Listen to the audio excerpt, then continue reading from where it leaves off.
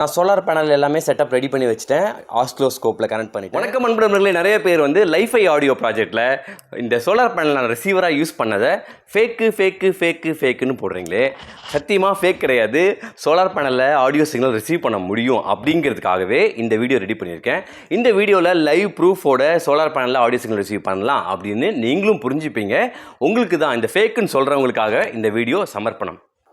நான் solar panel setup எல்லாமே ready பண்ணி வச்சுட்டேன். இப்போ பார்த்தீங்கன்னா சாங்கை வந்து நான் இங்கே ப்ளே பண்ண போகிறேன்.